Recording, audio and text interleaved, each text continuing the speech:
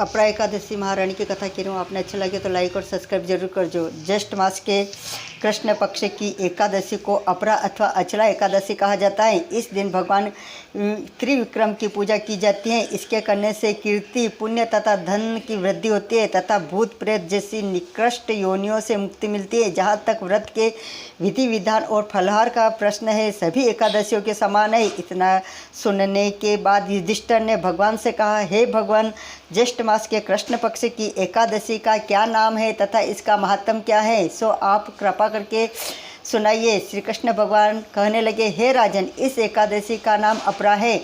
यह अपार धन देने वाली है। जो मनुष्य इस व्रत को करते हैं, संसार में उनको यश तथा कीर्ति की प्राप्ति होती है।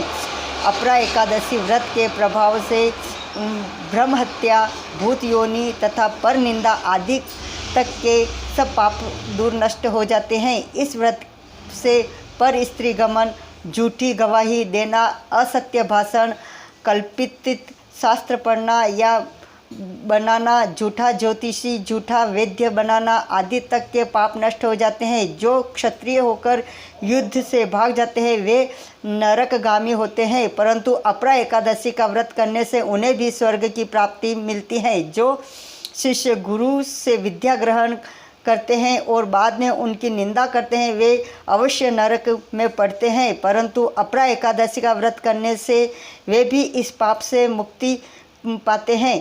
जो फल तीनों पुष्कर की कार्तिक पूर्णिमा को स्नान करने से या गंगा तट पर पितरों को पिंडदान करने से प्राप्त होता है, वही अपरा एकादशी का व्रत करने से प्राप्त होता है। मकर के सूर्य में प्रयागराज के स्नान से, शिवरात्रि का व्रत करने से, सिंह राशि के बृहस्पति में गोमती नदी के स्नान करने से, कुंभ में केदारनाथ या बद्रिका आश्रम की यात्रा, सूर्य ग्रहण के कुरुक्षेत्र के स्नान, स्वर्ण अथवा हाथी घोड़ा दान करने से, यज्ञ के स्वर्ण दान